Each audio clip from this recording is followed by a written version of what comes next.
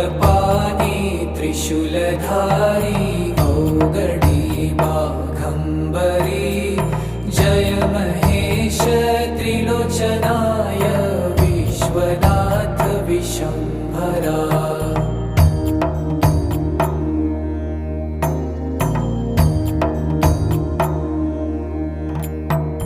नाथ नागेश्वर हरो हर पाप साप विशापतम्